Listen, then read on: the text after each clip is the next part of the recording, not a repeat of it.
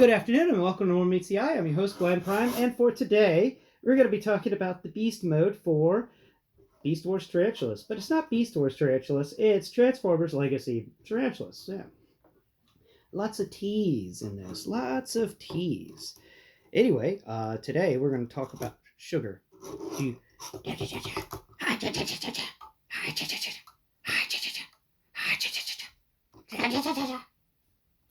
Sugar does not like tarantulas.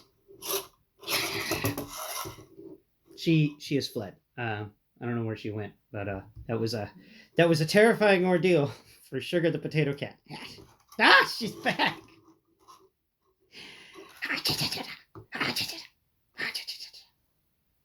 She does not seem to care.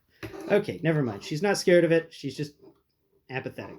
All right, so let's go ahead and take out his little accessories because I put them in there when we transformed him, and we'll talk about this guy, discuss articulation, and we'll also be discussing sculpt work. But there's not really much more we're going to talk about with him today. So happy Leap Day, by the way, to all of you out there who are watching my video today.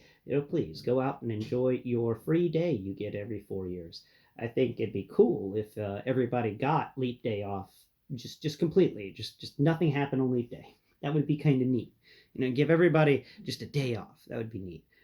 Anyway, so happy Leap Day to all of y'all. And of course, if you're wondering where you've ended up, this is Blind Prime, and here I raise awareness for the blind and the visually impaired through alternative means and methods. This is including, but not limited to, Transformers and G.I. Joes and other such things. There are cats occasionally. They come and go. Sometimes they like to hang out around the camera. Other times they like to screw with my lights. But cats be cats, yo. Anyway, this is More Than Meets the Eye, and today we're going to handle the Beast mode for Tarantulas. As a Transformers fan, I see Transformers as being 3 separate toys, or 4 separate toys, or 5, depending on the number of transformations you get. You get the robot mode as its own individual toy, so that gets its own individual video. You get the transformation as its own individual toy, so that gets its own individual video. And also, I know that some people don't really want to see a review. They just want to know, how in the world am I supposed to transform this? So, Blindformers is its own separate thing. And then, I consider the alternate mode to be its own individual thing, so it gets its own individual episode, and so on and so forth. I know some people are not really the greatest fans of my way of doing this, but honestly, I think it's better to sample everything instead of just having it all on one plate, and then you're overloaded with flavor. I don't know why I associated that with food, but oh well. So let's talk about this guy. Articulation wise, he's got 8 ball joints, and 1 in each of his 8 legs. They all can fold down or up, and they can all move around and rotate in their socket. Not too bad for for spider legs. Not too bad for insect legs at all. Some of the insect legs they've given us in these past couple of years haven't done anything but just sat there statically. So it's appreciative that we get insect legs that aren't just static legs. They actually do things. Now, other articulation is his front pincer things. He can move them up and down and all around because they are his hands. So that's something that you can do with that character. Once again, there's nothing that snaps these side bits in. So if you're not careful, you can maneuver them away from where they're supposed to be in a gapple form. So texture-wise, now the legs don't have much texture on them, to be honest with you. They just feel like keratin. And even at the top of the leg has a little bit of texture, like they tried to put on the texture of hair, but they really half-assed this job. I'll be straight with you. They half-assed it. And there's nothing to be said about that.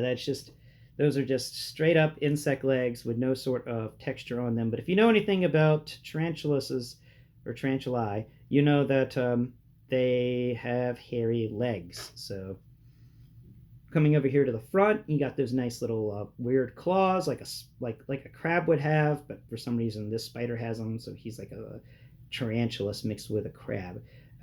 Not much going on with those. We already talked about their art, the sculpt work, which is really cool. Feels really similar to some like fiddler crab claws, and that's about it for those. Now coming over here to the face, we got these 2 little mandibles. that don't move, that's a missed opportunity. I think it'd been fun if they'd just been put on their own little bitty joints so you could squeeze them together or spread them apart. I think people who did stop motion animation would have appreciated that, so they could actually have him talking or something. There's a bunch of eyes around here. I think, yeah, there they are. They're all hidden amongst there. They could have done a better job of picking the textures of the eyes out away from the textures of everything else around them, but they're the eyes. And coming over here to his thorax, I think, or is it abdomen? Anyway, it's the chest for his robot mode. So that's kind of neat. And then the legs are on either side of it, kind of making it out to be more of a, of Tarantulas's midsection than the top section of a chest for a humanoid.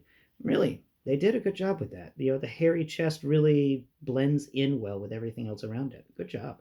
Coming over here to the butt, and we get this big old hairy butt. We talked about the hair texture on it, how amazing this hair texture is, but sadly it's all plastic. Like, they could have given us the same thing they did with the Optimus Primal and given us some sort of like a faux cloth texture on top of it.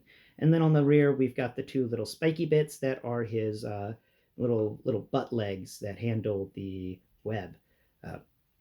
And that's mainly it. On the underside, we do have a little bit of sculpt work to kind of symbolize the underside of a tarantula, but there's really not much going on there. There's just a lot of robot kibble, sadly enough. Anyway, that is Tarantulas. Like I said, this video was going to be short because there's not really much more to say about him. He's a decent giant tarantula, and I think that he would even work well with some of your G.I. Joe classified figures. Let's bring that up real quick. We got the bat here, which I compare a lot of things to because the bat's one of my favorite figures released by G.I. Joe classified so far. Here's the bat. Now we can have the spider. Let's see if we can do this. All right, so you can put your little back legs down and your middle legs too. Let's just put these legs in there. There we go. There's those two back leg things. Now spread your claws out a little wider, and now we're going to, kind of get those claws on either side of his waist area, and let's just wrap those other legs around him. And let's see if we screwed up anything on the side there. We did a little bit, but we can close that again. There we go. Yeah, look at that. Bat's getting attacked by a giant spider. His programming does not allow for him to deal with this situation. He was taught how to kill humanoids with this guy, but not a tarantula. Just on top of him. Yeah. I think that's actually one of the cooler things about the Beast Wars characters is they're very close to 6-inch scale, so you can use them, or 1/12 scale if you're outside of America.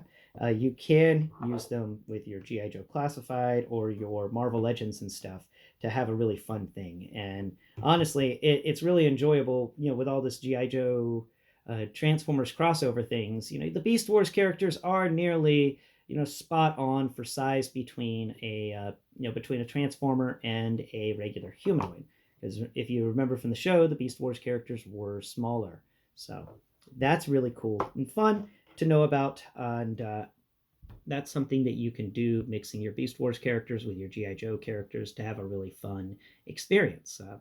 I doubt you'll be able to find this size scaling with many other things when it comes to Transformers because of all the giant vehicles, but I am sure that there's the occasional one that will work out pretty well, like maybe a motorcycle bot or something. But I have talked to you long enough about Tarantulas today. I hope that all of you out there having a wonderful leap day and go out and celebrate, do something new. I don't know, watch this entire video with your eyes closed. That would be something new, right? You'd experience be a blindness for a few minutes, and that would be neat. Actually, I think it'd be cool, and don't do this if you don't. I'm not compelling you to do this, but I think it'd be cool. You spent an hour today without using your eyes, just to get an understanding.